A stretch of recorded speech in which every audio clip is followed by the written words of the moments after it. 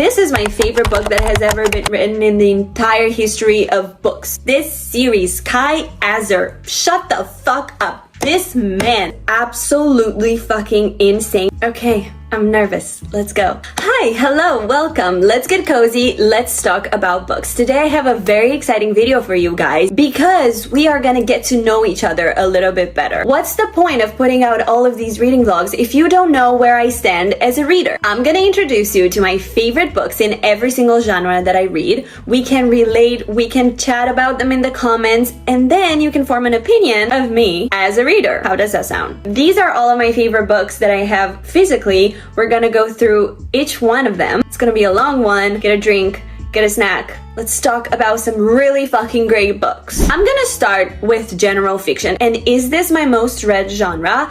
I don't think so. I think I read more romance and fantasy, but my favorite books of all time are general fiction. The only physical copy I have for this genre is Conditions of Will by Jessa Hastings. I don't associate this novel with romance. I chose to put this book into this category because I feel like the most important part of this whole entire book is the development of the main character. It's more about the journey that the character goes into and like the psychological aspect of it rather than the romance. So good. I just remembered what this is about and it's just so good. One of my favorite reads of the entire year. We are following Georgia, who lives in a very religious and rich family in the States. And when she was very young, like 14, 16, she does something very wrong. She's sent away in London, and that's where she basically grows up. That's where she goes to school. That's kind of where her entire life is. But then one day she gets a call from her sister and she finds out that her dad passed away and she has to come back home. First time in 10 years for the funeral. She can tell exactly the emotions that go through your face when you speak, and she can ask the right questions so that she can figure out where that person stands. And she has such a special relationship with this guy that she meets there. Let me just quickly look at my review. It's become one of my favorites of all time. The writing, the subjects, the way she addresses the issues, the characters, the romance, the plot, top tier. Bury me with this book. So like, that's all you need to fucking know. The second book in this genre is Atmosphere by Taylor Jenkins Reid. And when I tell you this book made me, it wasn't sobbing. I sob often. No, that was literally ventilating, hyperventilating. I remember I was on the beach. I was finishing the book. I couldn't see because of my tears. I was shivering. My sister was looking at me like, is she okay? Does she need help? I was not okay. I was in fact not okay. I wasn't breathing. Reading the ending of that book was absolutely fucking insane. Taylor Jenkins Reid has become one of my favorite authors of absolutely all time. I have read 3 of her books, and I didn't even read her most popular one, which is Daisy Jones and the Six, and I'm so excited to read that book so that I can also watch the TV show, but we're derailing. We are talking about Atmosphere, and the hype is so well deserved. We are following this young woman in the 80s who is in the science field, and you can just about imagine how hard it was at the time to be a woman in the science field, and she wants to become an astronomer at NASA, and she gets there and she's sent into a team. We get a little bit of a found family sort of situation with all of the people in that small team. That's where she finds Vanessa, and they do in fact fall in love, and it's one of the saddest things ever because as hard as it was at that time to be a woman in the astronomer field, imagine how hard it was to be a lesbian woman. I don't even want to talk more about it because I am going to start to sob. But this book for me was as if The Martian and My Policeman came together, and it's that book. And the last book that I have in this category is none other than My Friends by Frederick Backman. This was my second Frederick Backman book that I've ever read. The first one was a YA. I read it at the wrong time, like I was already in high school when I was reading that, and it wasn't like, it didn't, no. So I was a little bit skeptical about Frederick Backman in general, but I had heard such great reviews about him in general as an author. And then My Friends, I saw 2 people online giving it 5 stars, and these are 2 people that I really trust. So I was like, let me just get into it, and oh my god, the tears that I teared for this book, every single page. The action goes in 2 timelines. The first timeline is 25 years ago when we are following this group of friends who found their family into each other, and their only joy in life was being with each other. Okay, and one summer, they find this advertisement. If you submit a painting, you can win whatever. I don't remember exactly what was the prize, but it was a very beneficial prize for them. And it's the summer when they paint this painting that becomes very famous. And in the present timeline, we are following Luisa, who is an orphan, who once found this postcard of this painting, and her biggest wish in life was to see this painting in real life. And she goes to the museum where the painting is revealed. She goes there, she sees the painting in real life. That's how the book starts. And then the two worlds collide, and it's the story of Luisa finding out about that summer and that group of friends and that found family. These characters are so easy to identify with. They don't even have, like, the author doesn't even give all of them a name. One of the characters is called the artist for the entirety of the book. Like, you find out last chapter what his name actually was, and one of them we never find out their names, and we just hear their nickname. It's done in such a way that you can very easily identify with them and relate to their issues. And even if you don't relate, you empathize with their issues, and you understand them, and you hurt for them, and you're happy for them. And the way that he describes the little things in life. Cry from beginning to end. I'm a shell of a person finishing this book. It is real. You can't convince me otherwise. You can't write something like that without having lived it. It's not these stories that changed my life, it's the way they were told. The words he chose, the pacing, the humor, the emotional depth. No notes. Can't wait for my mind to forget it so I can reread it. It's one of those books I'm gonna bully the people around me to read. And you're the people, and I am bullying you to fucking read it. Let's move on to the next genre that I'm gonna talk about, and this is my most read genre. I read a bunch of romance this year, and this is my physical pile, and I'm pretty sure I have even more. Let's quickly get through all of these books, okay? I'm gonna start with the top. This is in no particular order. The first book that I picked out is Just for the Summer by Abby Jimenez. You see this cover and you think, oh my god, cute. She writes these very rom-com-y books, but once you get into the thick of it, you start to get into the emotional depth, and by the end of it, I promise you, you will cry. I have yet to read an Abby Jimenez book that doesn't make me cry. We are following Justin and Emma, is that right? Yeah, who believe they are cursed. Every single person that they date, once they break up with them, they go ahead and find the love of their life. And they think they are cursed, both of them. And they meet through Reddit, and they end up spending a summer together. Honestly, every single Abby Jimenez book, you cannot go wrong. Even her first series, I read only the first book, and it's called The Friend Zone. 5 stars. So yeah, any Abby Jimenez book. Let's see what I have next. Oh my god, The 7-Year Slip. This is such a good one. This was so beautiful. I have so many tabs on it. The writing in this one is absolutely fucking amazing, and I think for me this book was the right book at the right time.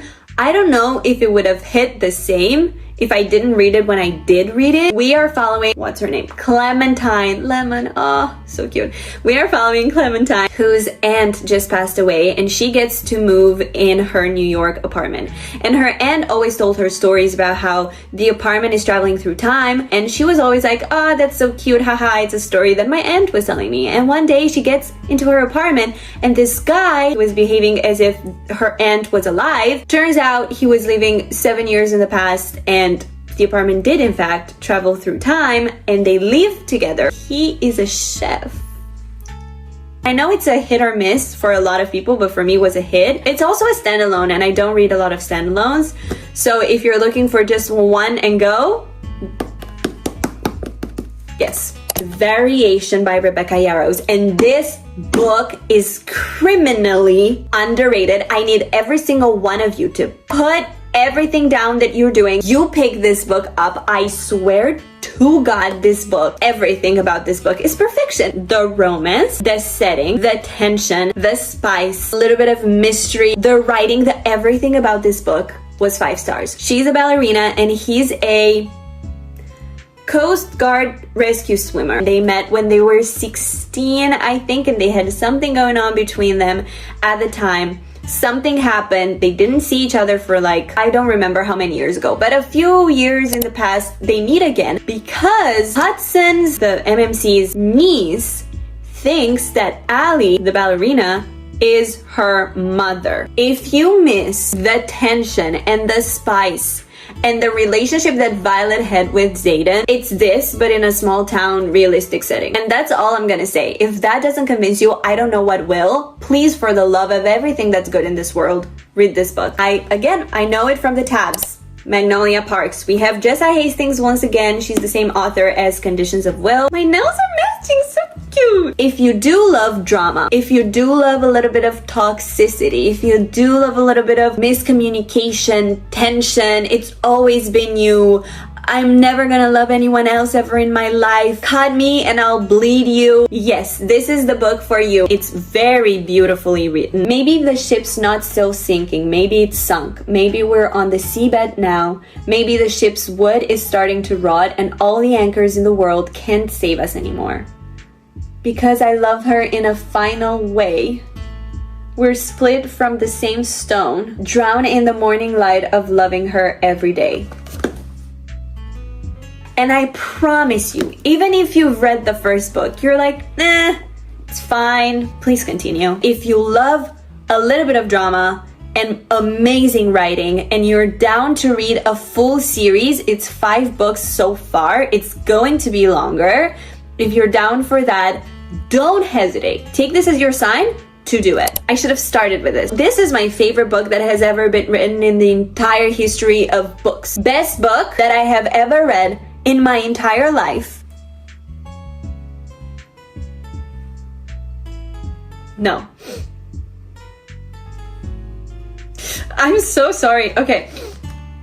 You get this found family and every single person in this group, Johnny and Shannon, Joey and Aoife, Gibbsy and Claire, Lizzie and Huey, and we'll also have Philly and Katie. So these 10 people, you're following kids in high school, the way that they find family in each other and they find release in each other and they grow up together and they help each other out and they're there for each other and they, so real and so raw and so unfiltered. Check the trigger warnings before you go into the series, but if you think you can handle it, best books I've ever read. We have the entirety of the Windy City series. This is my favorite in the series. Play along. This man right here is just the definition of what I want in a man, and if it's not like this, I don't want it. Isaiah Rhodes, say it with me. If it's not like this, I don't want it. We're following Kennedy and Isaiah is a baseball player and Kennedy is the team doctor, and they're not supposed to be together because Kennedy wouldn't benefit from dating one of the teammates. They get drunk one night in Vegas and they get married accidentally. They don't remember that they did, but they do. Read this book. The last book that I have physically is Great Big Beautiful Life by Emily Henry, and I am holding this book, but I'm talking about every single Emily Henry book that I've ever read.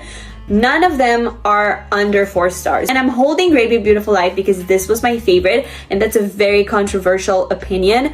A lot of people gave this book a lower rating, but for some reason, this to me hit the most. We are following Alice, who is a writer, and she wants to show her mom, but also herself, that she's actually a good writer and this is actually a job that you can have and be successful and have money and like you can be proud of it. And she finds this woman, like this very famous woman in her time, tragic heiress, former tabloid princess, and daughter of one of the most storied and scandalous families of the 20th century. She's been gone for so many years, nobody has seen her, and now she tracks this woman down. She finds her and she wants to go to write her biography. And Hayden is also a writer and he got there first, and they have to compete to write Margaret's story. And we have a little bit of mystery about what was going on in Margaret's story. Why was she so popular and what was going down? And we are following her story ever since, like, I think it starts with her grandfather or grandfather. Like it's a huge story about that. It kind of reminded me of The 7 Husbands of Evelyn Hugo. We have romance, we have personal growth, the messaging in this book, the life messages that I got from this book, I absolutely adored.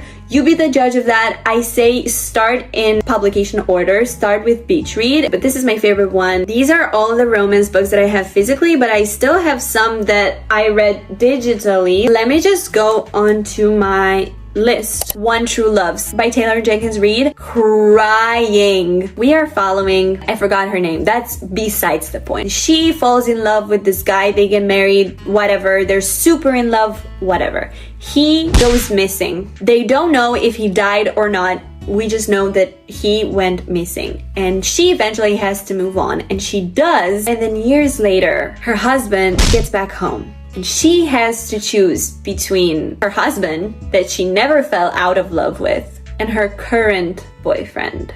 Okay, I hope I didn't bore you to death already, but we have 2 more genres. I promise I'm gonna try to be as fast as possible. We are gonna get into fantasy right now, and I think we should start with Powerless.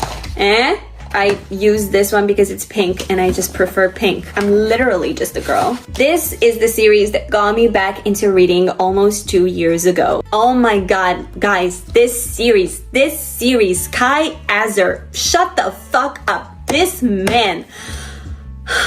We are following a world where the population is split into 2. We have the ordinaries and the elites, and the elites are trying to kill all of the ordinaries so they have an elite society. And the main female character is a ordinary. She gets picked up to be in the trials, and the trials is kind of like a Hunger Games sort of situation. It's so good. And then I have another 2 of my favorite fantasy reads of all time, and these are also the most popular fantasy reads of all time. However, I'm still going to mention them because I want you to read them in this order that I'm gonna tell you right now, okay? You are going to start with ACOTAR. And yes, I know this is the last book in the series. It's the only one I have physically with me. ACOTAR book 1, didn't like it at all. 2 stars. I know it's an unpopular opinion. I did not like that book. However, the second book and beyond, like after the second book, it will consume your entire existence. My personal favorites are book 2 and 3. Book 3 is my favorite in the series. I highly recommend you go into ACOTAR first. Like, this is the perfect book to get into adult fantasy. And I'm not gonna say what it's about because everybody knows what ACOTAR is about, and I think you shouldn't even know what it's about. Like, just go into it blind, enjoy the ride, okay? But then you're going to go into Fourth Wing. Again, I'm aware it's Onyx Storm. This is the 3rd book in the series. Shut the fuck up. You have to read this after because in my humble opinion, it's better.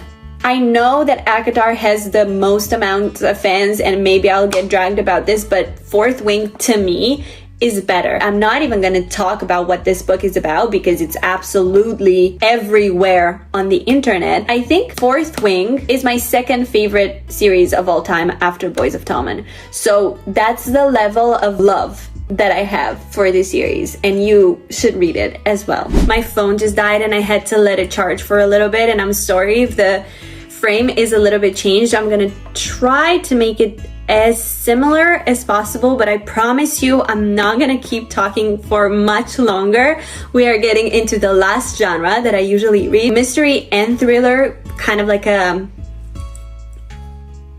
mix of the 2. The only physical one that I have here is The Natural by Jennifer Lynn Barnes. This is actually the 1st book in a series and I've only read book 1. We are following these group of kids who have unnatural powers, and Cassie, the main female character in this book, has the power to read people. She is contacted by the FBI to join this group of kids who help the FBI solve cases. Initially is skeptical about it, but she ultimately goes for it because her mom died years ago and she's still trying to find out who killed her. It was a murder for sure. It wasn't like cancer or anything like that. If she can get into the FBI, she's thinking, you know what, maybe I'll get close to that. The premise of this is very interesting. It's a short book. It's super easy to get into. You're not gonna want to put it down. I'm so excited to continue the rest of the series, but this is a strong start. I absolutely loved it. My absolute favorite thriller of all time is Before I Fall Asleep. Is that how it is? Or Before I Go to Sleep? Before I Go to Sleep. We are following this woman who got into an accident and she wakes up every single morning without remembering anything from her life, and her husband leaves her like this sticky notes and photos and stuff for her to remember. But one day she wakes up and she finds a journal that she wrote herself to kind of keep her updated with what's actually going on. highly, highly recommend. Another one of my favorite books of all time, such a good book. And I know, again, it was very popular, and it's the case with every popular book. You're gonna have people who absolutely loved it and people who absolutely hated it. But I'm one of the people who loved this book. This is The Silent Patient.